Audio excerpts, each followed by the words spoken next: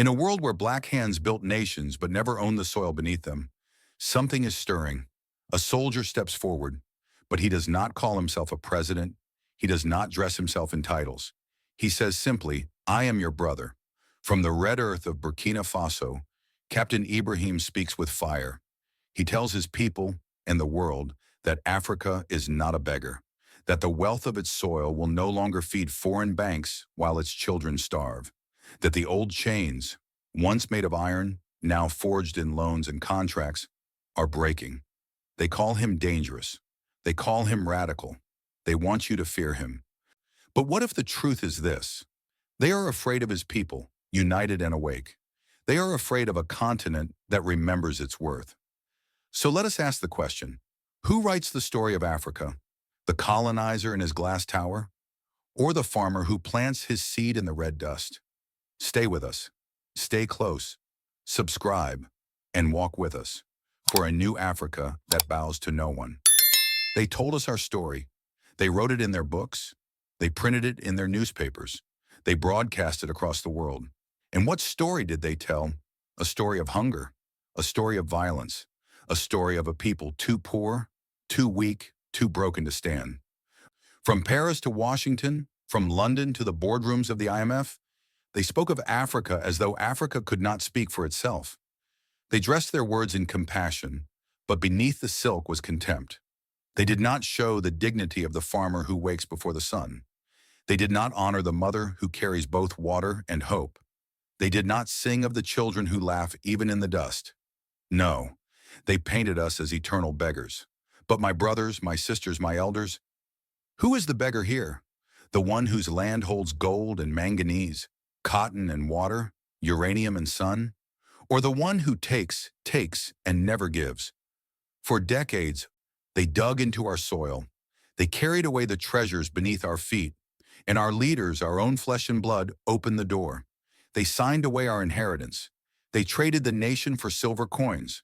They built palaces for themselves while their people slept under leaking roofs. They drove shiny cars on broken roads, and they called it progress. This betrayal was not only from abroad, it was also from within, a betrayal of trust, a betrayal of the ancestors who bled for freedom, and so the soil weakened, the foundation cracked, and the house of our nation stood like a ruin. Look at Burkina Faso. Rich land, poor people. Rich soil, empty stomachs, a paradox so sharp it cuts like a knife. And yet, this is not only our story, it is the story of Africa. From the Congo to Ghana, from Nigeria to Guinea, the pattern repeats. The world calls us poor. But no, we are plundered. And the insult continues. They give us aid. Aid with conditions. Aid with strings. Aid that is nothing but a loan in disguise. They lend us money, and with it, they steal our freedom. They tell us to sell our water to foreign companies. They tell us to cut support for our farmers. They tell us to privatize, to surrender, to obey.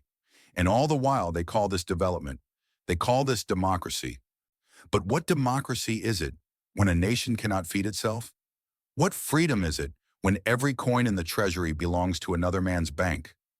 Listen carefully, my people. This is the oldest trick. Colonialism did not die. It changed its clothes. The whip was replaced by the contract, the chain by the loan, the overseer by the consultant in a suit and tie. And yet, through the dust, through the betrayal, through the shame, something still burns. It is the fire of dignity. It is the fire of resistance. It is the fire that says enough. Enough of being told who we are. Enough of living on crumbs from our own table. Enough of being poor in a land of plenty. The world asks, why are Africans so poor? But the true question is this: why are foreigners so rich on African soil? So let me ask you, brothers and sisters watching from across the ocean, elders who carried the memory of Africa in your bones, when you look at this land, do you see poverty or do you see stolen wealth? They told us they were helping. They came with their briefcases, their smiling faces, their promises of progress. They called it aid. They called it development. But look closely at the fine print and you will see another name: slavery. For when the International Monetary Fund gives you a loan, It does not come as a gift. It comes as a chain. It comes with conditions that suffocate the breath of a nation. Cut spending on your farmers, they say. Sell your water company, they command. Privatize your electricity, they dictate. And our leaders, weakened, corrupted, bought, obeyed. So our water flowed not to the thirsty, but to the foreign shareholder. Our fields lay barren while ships arrived full of foreign grain. Our light bulbs dimmed because electricity was now a business, not a right. And still they told us, this is freedom. This is democracy. But we know this democracy well. It is the democracy of paper ballots every 5 years, while children die every day from hunger. It is the democracy of lectures from men in suits, while women walk miles for water. It is democracy in name, slavery in practice. And yet, my people, this is not new. This is the old master in new clothing. Once he wore a whip, then he carried a rifle. Now he wears a tie and carries a contract. But his goal remains unchanged, to keep Africa dependent, weak, kneeling. Do you not recognize the pattern? Our brother Thomas Sankara saw it. He stood before the world and said, "He who feeds you controls you." He refused their loans. He told them, "We prefer to eat dry millet in dignity than to eat your bread in shame." For that, they called him a radical. They called him dangerous, and they killed him. This is how they operate. Any leader who dares to stand tall is cut down. They destroy him with lies, with sanctions, with assassins, with internal division. They did it to Lumumba. They did it to Nkrumah. They did it to Sankara. And today, they try again. They brand Captain Ibrahim as a dictator. They whisper fear into the ears of his people. They arm terrorists to sow chaos in villages, all to ensure Africa remains on its knees. But the people are not blind. The people are awake. They see the hand that pulls the strings. They see who benefits when Africa fights itself. They see who profits from instability. And so we must ask, when the master changes his clothes, does he cease to be a master? When the chains are made of paper instead of iron, are we truly free? My brothers and sisters across the ocean, you know this story. In America, they once told you slavery was over, but they replaced the whip with laws. They replaced the plantation with prisons. They changed the name, but not the system. Do you see then how the story of Africa is the same story? Different soil, same struggle. The master never leaves willingly. He only changes costume. And so the fire grows. The anger rises, the sorrow deepens. For we know now that no one will free us but ourselves. No foreign aid, no foreign loans, no foreign saviors. It is only when we say no, no to the new colonizer, no to the smiling face of slavery, that Africa will breathe again. So I ask you, have you seen this before? The master changing costume, yet never leaving the plantation? We have named the disease. Now comes the cure. And the cure, my people, is not complicated. It is not a secret formula locked away in some foreign university. It is simple. It is rooted in common sense, in courage, in dignity. Captain Ibrahim spoke plainly. The wealth of Burkina Faso belongs to the people of Burkina Faso. No more contracts where the foreigner takes 90% and leaves us with 10. No more gold extracted by foreign hands while Burkinabe children sit in darkness. No more leaders who sign away the nation for a seat at a foreign table. So the first step was taken. Resource nationalism. Our gold, our cotton, our uranium, our sun, for our people. Some companies resisted. They threatened to leave. And Ibrahim said, go. Better a smaller profit that is 100% ours than a mountain of wealth that is stolen. Better a modest independence than a grand slavery. The second step was harder still, to cut out the cancer of corruption. For corruption is not only theft, it is betrayal. It is the minister's mansion rising while the villager's hut leaks. It is the convoy of luxury cars while the roads break under potholes. It is the banquet of the elite while the children eat dust. Ibrahim declared war. Wasteful spending ended. Foreign trips were canceled. Ministers now drive simple cars. The finances of the state were audited. Leaks were sealed. Stolen funds reclaimed. And a message went out. The people's money is sacred. Anyone who dares to steal will face the full weight of the law. No exceptions. No impunity. But there is a third step, perhaps the most important of all, for a revolution cannot stand on one man's shoulders. It cannot rest in one palace or one uniform. A revolution belongs to the people, or it dies. And so Ibrahim turned to the farmers, the workers, the youth. He said, "This revolution is yours. Feed the nation, build the nation, defend the nation." Across the fields, farmers picked up their hoes with new energy. Grow what you eat what you grow. The shame of importing rice while fertile land lies idle must end. The soil that once fed empires will feed its children again. In the cities, the youth were called not a problem, but the solution. Training centers opened. Skills in construction, agriculture, technology, engineering. Not empty speeches, but practical tools. Not promises, but preparation. The youth became builders of a new tomorrow. And when terror threatened from the shadows, when armed men burned villages, the people themselves stood. The volunteers for the defense of the fatherland, teachers, farmers, shopkeepers, joined hands with the army. They defended their soil, their families, their dignity. For a patriot is not only the soldier, a patriot is the citizen who refuses to surrender his home. So here stands the cure, clear and bright. Sovereignty over resources, integrity and governance, mobilization of the people. With these three pillars, a new house can rise on a strong foundation. With these three truths, the ruin of yesterday can become the palace of tomorrow. And yet, we must pause. For revolutions are not poetry. They are not speeches alone. They demand sweat. They demand sacrifice. They demand unity. So I ask you, my brothers and sisters, listening from the shores of Africa and from the distant cities of the diaspora, what happens when ordinary people believe in their own power? What happens when the farmer, the mother, the youth, the soldier all say in one voice, "Enough. This land is ours. This future is ours. This dignity is ours." And then, my people, came the vision. Not only words, not only speeches, but a promise written in stone and brick, in soil and sweat. Captain Ibrahim stood before the nation and said, "We will build a city, not a city for the rich alone, not a city of concrete towers that pierce the sky but never touch the poor, a city of dignity, a city for the displaced, for the humble, for the working hands that hold Burkina Faso together. 50,000 homes built not for profit, not for rent, not for sale, but as a gift of justice to the people. Think of it. 50,000 roofs where families once slept under the stars with fear. 50,000 doors where children once had none. 50,000 kitchens where mothers will cook with pride instead of shame. But this is not only housing. This is not rows of empty boxes. This is life reborn. This is community. This is vision. The city will breathe. Streets lined not with corruption, but with red brick from Burkina Faso soil.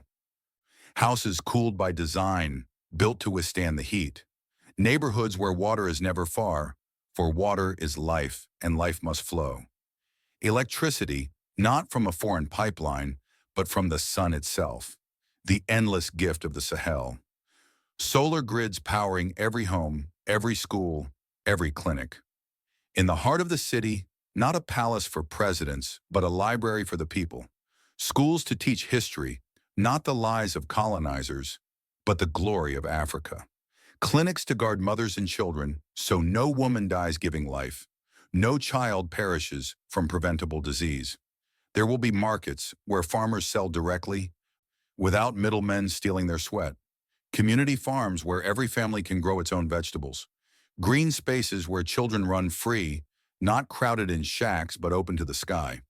Workshops and tech hubs where the youth learn to repair solar panels, to code computers, to build machines. A city not of charity, but of empowerment. A city not of pity, but of pride. And then the question arose, whispered by doubters, shouted by foreign experts. How will you pay for this? They said, Burkina Faso is too poor. Burkina Faso is too weak. But the captain answered with a smile, we are poor only when our wealth is stolen. We are weak only when we believe their lies. The money will come from three wells. First, from the new contracts, fair contracts, where our gold and minerals now serve us before they serve others. Second, from the war on corruption, where every franc stolen is reclaimed, where every leak in the treasury is sealed. Third, from the people themselves, Burkinabe architects designing, Burkinabe engineers planning, Burkinabe masons and carpenters building with their own hands. Thus, every coin circulates within the nation. Thus, the builder, the farmer, the teacher all share the blessing. Development without chains, growth without dependence. This, my people, is not charity. It is not foreign aid wrapped in conditions. It is not the false generosity of the West. This is dignity. This is justice. This is a monument that says, we did this ourselves. And one day when the children of Burkina Faso walk the streets of this city, they will not read plaques of donors from abroad. They will not see the logo of a foreign NGO. They will see the fingerprints of their parents. They will feel the strength of their ancestors. They will say, this is ours. This is who we are. So I ask you, those watching from far away, those who remember the long history of slavery and exile, can you see it rising? A city not built on debt, but on dignity. A city that stands as proof that Africa can shape its own future. And so, my brothers and sisters, the city of dignity is not only for Burkina Faso. No, it is larger than one nation. It is a signal fire, a torch raised high for all of Africa to see. To the youth in Mali, in Niger, in Guinea, in Congo, in Ghana, the message is clear. Do not listen to those who tell you it is impossible. Do not bow to those who insist your destiny is only to guard the interests of foreigners. Do not swallow the lie that you are too poor, too weak, too divided. You are the sons and daughters of kings and queens, of empires and kingdoms, of scholars and builders. The blood of greatness runs through your veins. The spirit of your ancestors whispers still, rise and take your destiny into your own hands. Look to Burkina Faso and see, a nation that once bowed has chosen to stand. A people once written about have chosen to write their own story. If it is possible here, it is possible anywhere. To the leaders of Africa, Captain Ibrahim speaks with both fire and invitation. Unite, cooperate, trade with each other, not only with strangers across the seas. Build railways that connect Bamako to Ouagadougou, Niamey to Conakry, Lagos to Dakar. Defend each other, support each other. Let not our strength be scattered, for a single stick can be broken, but a bundle is unbreakable. And to the West he speaks without trembling. We do not seek to be your enemy. We seek only to be your equal. We will work with any who respect us, but never again will we kneel. For too long, democracy was their favorite word, their sharpest weapon. But what is this democracy where the poor man votes and remains poor? What is this democracy where a corporation has more power than a government? What is this democracy where ballots are free but bread is scarce? True democracy, Ibrahim declares, is not ink on paper every 5 years. True democracy is clean water in every village. True democracy is food on every table, a roof over every head, a school in every community, a hospital for every mother and child. True democracy is dignity. So do not lecture us, he says. Do not send your soldiers while your companies steal our minerals. Do not criticize us for reclaiming what was always ours. Ask yourselves instead why you believed it belonged to you. The old order is ending. The covenant of dependency is broken. And the city of dignity stands as a declaration of independence, written not in speeches, not in treaties, but in brick and mortar, in solar light and running water, in classrooms and farms. And beyond the politics, beyond the economics, there is something deeper, a spiritual truth. Africa is rising. Africa is breathing again. Africa is remembering who she is. So I ask you, my elders in the diaspora, those who lived through the struggles of the 1960s, those who carried Africa in their prayers while living in America's shadow, do you not hear the echo of your own fight? Do you not feel the same heartbeat, the same cry for justice, the same dream of dignity? Yes, the chains look different. Yes, the plantation has shifted, but the struggle is won, and the victory too will be won. So tell me, what is true democracy? Votes counted on paper, or children nourished at the table? What is freedom? A speech in parliament, or a nation that feeds itself with pride? The answer is written in the soil. The answer is rising with the sun. The answer is Africa, unchained. And now, my beloved people, the vision has been spoken. The task lies before us. Building a city is hard. Building a nation is harder still. But both are possible if we walk as one, if we work as one, if we believe as one. Yes, the enemies will resist. They will mock. They will scheme. They will try to divide us, to distract us, to destroy us. But unity is stronger than division. Faith is stronger than fear. Dignity is stronger than chains. From this day forward, let every citizen be a builder. The farmer who grows the millet that feeds the worker is a builder. The woman who carries water to the construction site is a builder. The teacher who opens the minds of children is a builder. The soldier who guards the village from terror is a builder. This is not the work of one man, nor one government. It is the sacred duty of a whole people. And when the future generations walk through the city of dignity, they will not see charity written on its walls. They will not see the stamp of foreign aid. They will see the fingerprints of their ancestors. They will say, "My mother laid these bricks. My father raised these beams. My people built this with their own hands." That, my brothers and sisters, is legacy. That is freedom. That is the Africa our ancestors prayed for, the Africa our children deserve. So let the tools be lifted. Let the ground be broken. Let the sweat flow like water. For from this soil shall rise not only a city, but a new dawn, a dawn of sovereignty, a dawn of dignity, a dawn of Africa. And to you watching from across the seas, if this story has stirred your spirit, do not let it pass in silence. Speak, share, stand with us. Type in the comments the words of our covenant, New Africa. Africa rise. God be with him. For the dawn is breaking, the covenant is sealed.